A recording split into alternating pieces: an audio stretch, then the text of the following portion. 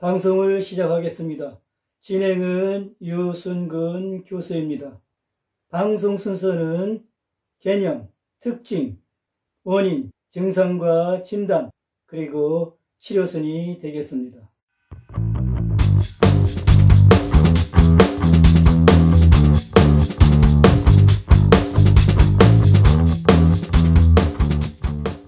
오늘의 주제는 기분장애가 되겠습니다. 이러한 기분장애에 대해서 2회에 걸쳐서 설명을 드릴 계획입니다.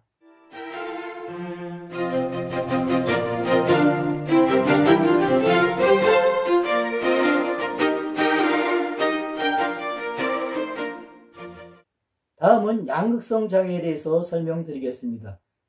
양극성 장애란 기분이 들뜨는 조증, 가라앉는 우울증이 모두 포함할 수 있는 기분장애로 조울증 또는 조울병이라고도 합니다.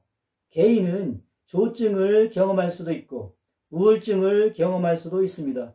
양극이라는 용어는 양극성이나 극단을 의미합니다. 비정상적 흥분 상태인 조증과 비정상적 우울 상태인 우울증이 주기적으로 번갈아가며 나타나는 질병으로 감정의 장애가 주요 증상이 되겠습니다. 양극성 장애는 조증과 우울증을 포함하죠. 양극성 장애가 있는 사람들은 항상 우울증의 증상을 나타내지는 않습니다. 그들은 몇 개월 또는 몇 년 후에 어느 정도 우울증을 경험할 것으로 추정이 됩니다. 조증 환자들은 외향적이고 말하기를 좋아하고 창조적이며 재치가 있고 자신감이 있는 것처럼 보일 수 있습니다. 과다망상과 기력의 느낌은 일상적인 기능에서 심각한 문제를 일으킬 수 있습니다. 이들이 자부심은 엄청나게 팽창할 수가 있습니다. 그들의 생각은 웅장하고 심지어 정신병적 특질을 가질 수도 있습니다. 그들은 기괴한 생각을 가질 수 있습니다. 특별한 아이디어와 독창적인 창의성을 보여줄 수가 있습니다. 생각과 아이디어에는 급격한 변화가 있습니다. 한 활동에서 다른 활동으로 이동할 수가 있습니다. 쉽게 산만해지고 지속적으로 자극을 필요로 하죠. 다른 사람들이 이해하기 어려울 정도로 빠른 속도로 빠르게 말할 수가 있습니다. 충동적으로 즐거운 활동을 추구할 수가 있고 나쁜 성관계 또는 술잔치에 참여할 수도 있습니다. 또한 종종 환상적으로 추구하는 웅대한 계획과 목표를 갖고 있기도 하지요. 양극성 장애의 원인은 명확하게 밝혀지지 않았으나 현재 유전학, 신경학, 환경심리학 요인으로 간주가 됩니다. 양극성 장애의 발병률은 가족력이 크게 기여한다고 볼 수가 있어요. 양극성 장애는 뇌의 화학적 불균형의 결과로 널리 알려져 있습니다. 뇌 기능 조절을 담당하는 화학물질을 신경전달물질이라고 하며 노르아드레날린, 세로토닌, 도파민을 포함합니다. 하나 이상의 신경전달물질 수준의 불균형이 있는 경우 양극성 장애 증상이 나타날 수 있다는 증거가 있습니다. 예를 들어 노르아드레날린 수치가 너무 높으면 조증이 발생할 수 있으며 노르아드레날린 수치가 너무 낮으면 우울증이 발생할 수가 있다는 증거가 있습니다. 유전적 요인은 양극성 장애는 가족에서 발생하는 것처럼 유전학과 관련이 있다고 생각됩니다. 다수의 유전적, 환경적 요인이 발병 역할을 하는 것으로 생각됩니다. 환경적 요인, 스트레스가 많은 상황은 종종 양극성 장애 증상을 유발합니다. 관계의 문제, 신체적, 성적 또는 정서적 학대, 가까운 가족이나 사랑하는 사람의 죽음, 신체 질환, 수면장애, 인생을 바꾸는 사건, 돈, 일 또는 관계 문제와 같은 일상생활에서 감당하기 어려운 문제가 되겠습니다. 양극성 장애는 양극성 장애 1, 양극성 장애 2가 있습니다. 양극성 장애 1은 개인이 하나 이상의 조증 장애를 경험할 때 진단됩니다. 그러나 항상 우울증을 경험하지는 않습니다. 양극성 장애 2는 우울증이 경조증과 번갈아가는 질환입니다. 40세 이후에 양극성 장애를 앓는 사람은 상대적으로 매우 드뭅니다. 그러나 일단 만성적인 것으로 나타나면 조증과 우울증이 반복적으로 계속 지속되는 증상이죠. 진단 기준을 살펴보겠습니다. 양극성 장애와는 기분이 비정상적으로 고양되면서 생기는 다양한 증상의 조증입니다. 비정상적으로 의기양양하거나 과대망상적이거나 흥분하기 쉬운 기분이 뚜렷하고 적어도 일주일 이상 지속되는 목표 지향적 활동이나 활력을 증가시키고 거의 매일 지속됩니다. 기분 장애 및 증가된 활력 또는 활동 기간 동안 다음 증상 중 3개 이상이 발생하고 평상시 행동에서 눈에 띄는 변화를 나타냅니다. 고양된 자부심 또는 당당함, 수면욕구 감소, 평상시보다 더 많은 수다나 계속 이야기해야 한다는 압박, 사고의 비약, 멈추지 않고 끊임없이 생각하는 주관적 경험, 주의 산만, 목표 지향적 활동의 증가, 고통스러운 결과를 초래할 가능성이 높은 활동에 과도하게 관여, 이러한 것이 양극성 장애 완의 진단 기준이 되겠습니다. 양극성 장애 2는 조증보다 증상이 가볍고 상대적으로 지속 기간이 짧은 경조증입니다. 양극성 장애 2 진단을 위해서는 현재 또는 과거의 경조증 발현 및 현재 또는 과거의 주요 우울증 발현에 대한 다음 기준을 충족시켜야 합니다. 하루의 대부분, 거의 매일, 그리고 적어도 연속 4일 비정상적으로 그리고 지속적으로 상승, 확대 또는 과민성 기분과 비정상적으로 그리고 지속적으로 증가된 활동 또는 활력이 되겠습니다. 기분 장애와 증가된 활력 및 활동 기간 동안 다음 증상 중 3개가 지속되고 일반적 행동에서 눈에 띄는 변화를 나타내며 중요한 증상 정도가 있다. 고양된 자부심 또는 호기심, 수면욕구 감소, 평상시보다 더 많이 수다스럽거나 계속 이야기해야 한다는 압력, 생각이 빠르게 나는 주관적 경험이나 사고의 비약, 주의 산만, 목표 지향적 활동, 고통스러운 결과를 초래할 가능성이 높은 활동에 과도하게 관여한다. 이러한 것들이 양극성 장애 2의 진단 기준이 되겠습니다.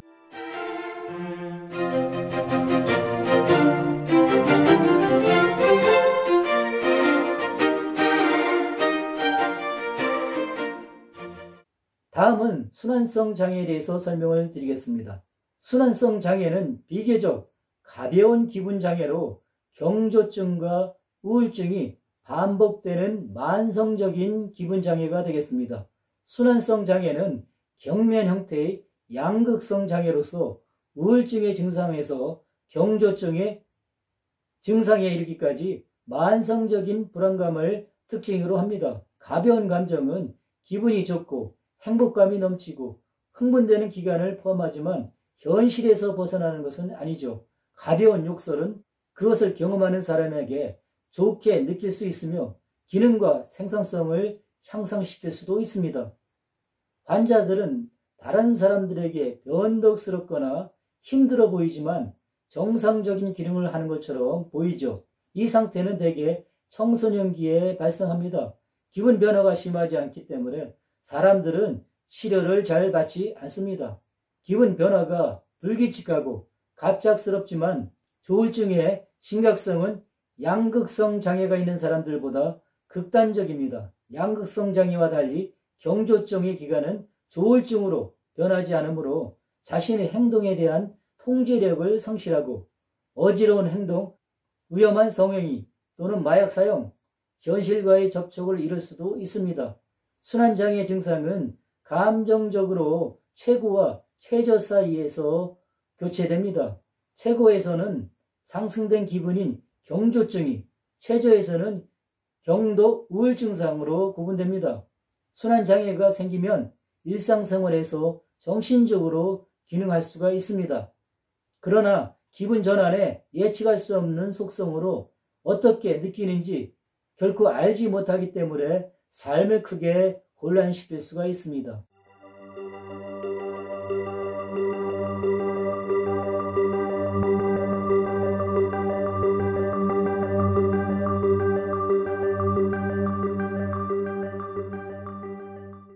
장애의 원인은 알려져 있지 않지만 유전 성분은 강하다라고 말씀드릴 수 있습니다. 순환성 장애, 주요 우울증 및 양극성 장애, 기분 장애의 경우 가족력은 발병 위험이 더 높죠.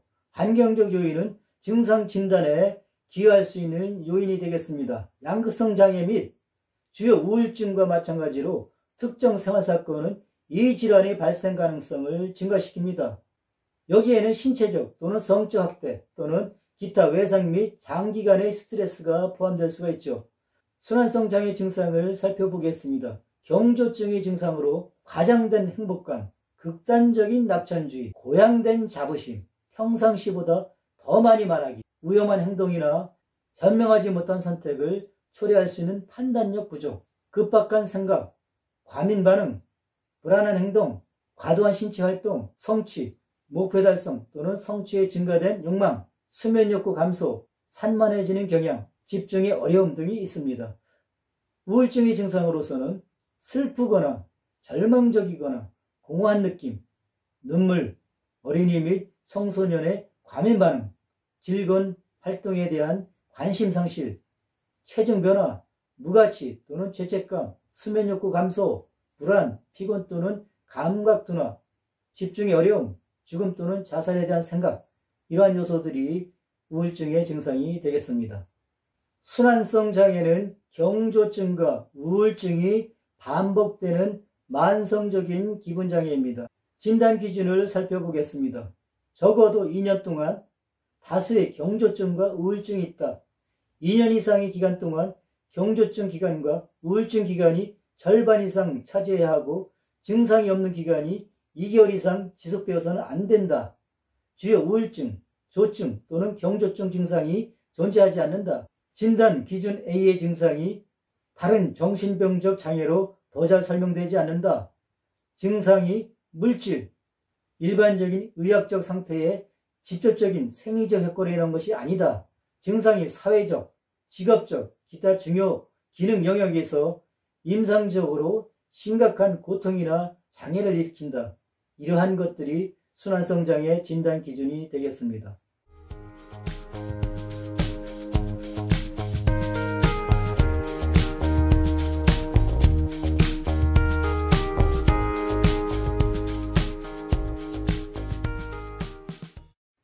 원인을 살펴보겠습니다.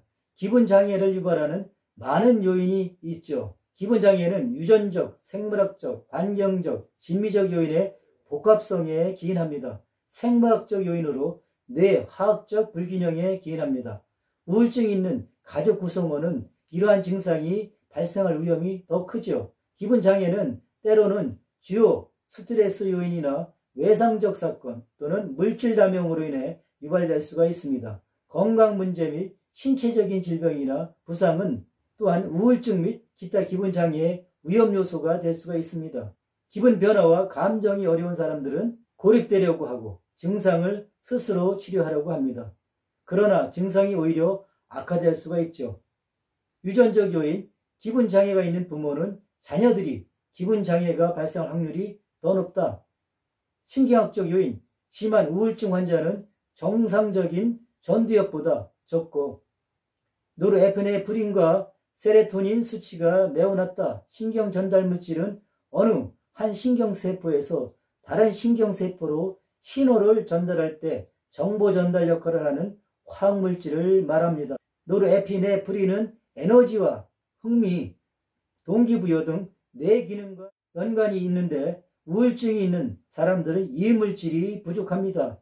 세로토닌은 뇌에서 기분, 수면, 기억력, 인지기능, 충동조절, 불안, 초조감, 식욕 등과 연관이 있는 행복 호르몬이라고 합니다.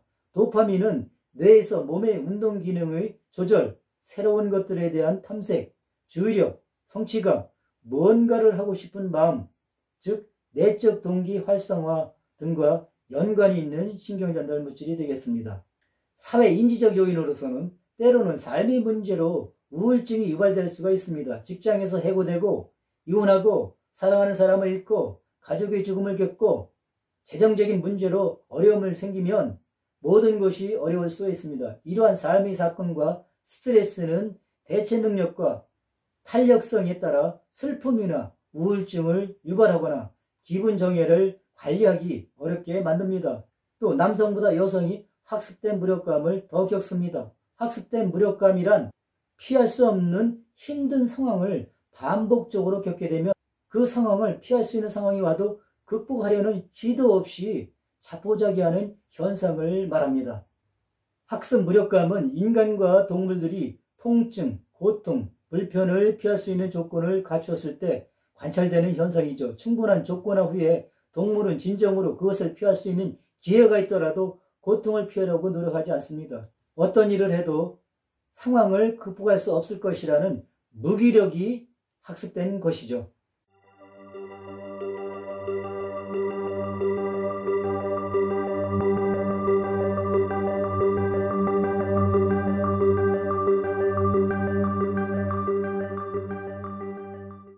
증상 및 진단에 대해서 설명을 드리겠습니다. 사람들은 누구나 때로 슬프거나 우울함을 느낄 수가 있습니다. 그러나 기분 장애는 정상적인 슬픔의 감정보다 관리하기가 더 어렵죠.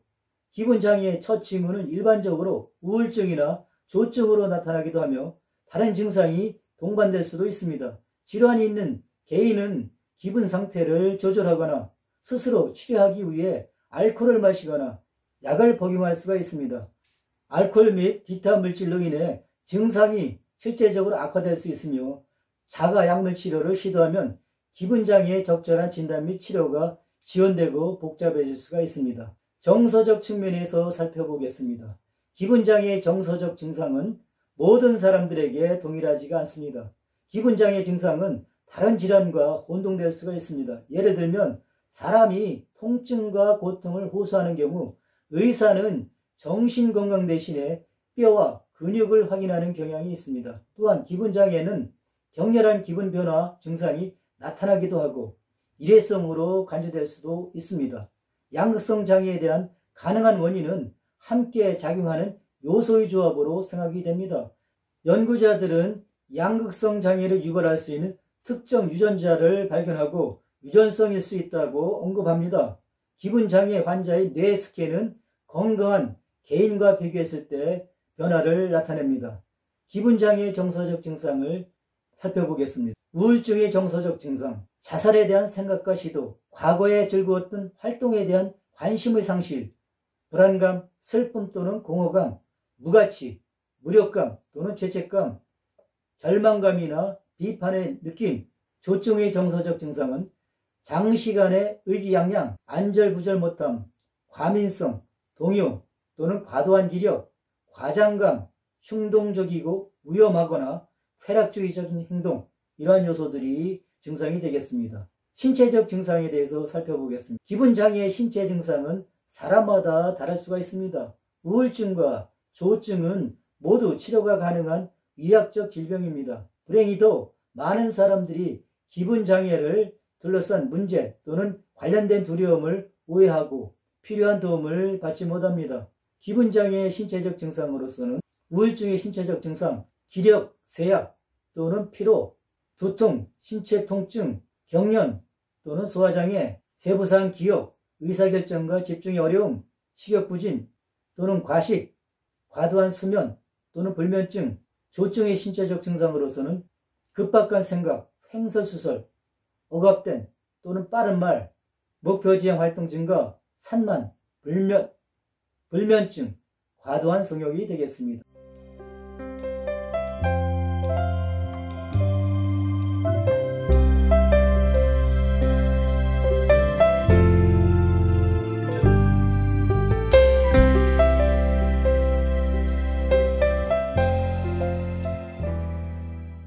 치료에 대해서 설명드리겠습니다. 기분장애는 증상에 근거한 치료, 특히 문제의 조기 발견으로 치료할 수가 있습니다. 치료는 증상 발현을 관리하고 증상의 심각성을 경감하며 향후 증상 발현을 예방하는 데 도움이 될 수 있습니다. 또한 자녀의 정상적인 성장과 발달을 향상시키고 자녀의 삶의 질과 관계를 개선시킬 수 있습니다. 치료는 기분장애의 심각성과 사람의 유형에 따라 다릅니다. 환자는 기분 변화를 계속 경험할 수 있지만 의사와 긴밀히 협력하면 심각성을 경감하고 증상을 더 잘 관리할 수가 있습니다. 치료사는 환자의 생활 중에서 중요한 문제를 확인하고 환자가 스트레스 요인을 관리하는 방법을 배우도록 도와줍니다. 또한 기분장애 증상을 관리할 수 있도록 다양한 기술을 사용할 수 있습니다. 인지행동치료, 문제가 되는 생각, 감정 및 행동을 환자가 겪고 있는 상황으로 바꿔놓는 것을 포함합니다. 치료사는 환자에게 도움이 되지 않는 생각을 알리고 변경하고 문제 해결 능력을 향상시키며 건강한 선택을 촉진시킬 수 있습니다. 대인치료, 사회기술을 키우고 삶에서 어려움을 겪고 있는 어린이들을 돕는 데 초점을 맞추고 있습니다. 이것은 원래 청소년을 치료하기 위해 개발된 치료법으로 낭만적인 관계와 관련된 공통된 문제를 해결하고 부모와 소통하며 동료와 효과적으로 상호작용합니다. 변증법적 행동치료, 감정 조절에 어려움을 겪는 청소년에게 권장이 됩니다. 공경을 견디고 강력하고 불편한 감정을 관리하고 자해를 포함한 충동적인 행동을 줄이고 친구 및 가족과의 관계를 개선하는 기술 습득을 포함합니다. 가족치료, 가족은 어떤 기분장애에서도 중요한 자원 역할을 합니다. 부모 또는 보호자를 포함한 가족은 자녀가 기분 및 행동 문제를 관리하는 데 도움이 되는 방법을 배울 수가 있습니다. 전문가는 자녀의 삶에 잠재적 스트레스 요인과 가족 내 상호작용 유형을 탐구할 수가 있습니다. 약물치료, 기분장애 및 자녀의 증상에 따라 약물치료는 증상의 심각성 또는 빈도를 줄이고 문제 행동을 줄이면 기능을 향상시키고 향후 질병 발병을 예방할 수 있습니다. 우울증은 일반적으로 항우울제로 치료됩니다. 항우울제는 신경전달 물질을 복원합니다. 기본적인 4가지 유형에 대해서 설명을 드렸습니다. 주요 우울장애는 일상활동에 관심이 없고 슬프거나 절망감을 느끼는 질병이 되죠. 기분부전장애, 우울하고 짜증을 잘 내는 기분으로 지속성 우울장애라고도 합니다. 양극성장애, 기분이 들뜬 조증과 기분이 가라앉는 우울증이 번갈아 나타나는 증상이죠. 순환성장애, 경조증과 우울증이 반복되는 만성적인 기분장애가 되겠습니다. 본 방송이 유익하셨다면 좋아요를 눌러주시고 구독자가 아니라면 구독을 신청해 주시면 감사하겠습니다. 시청해 주셔서 대단히 감사합니다.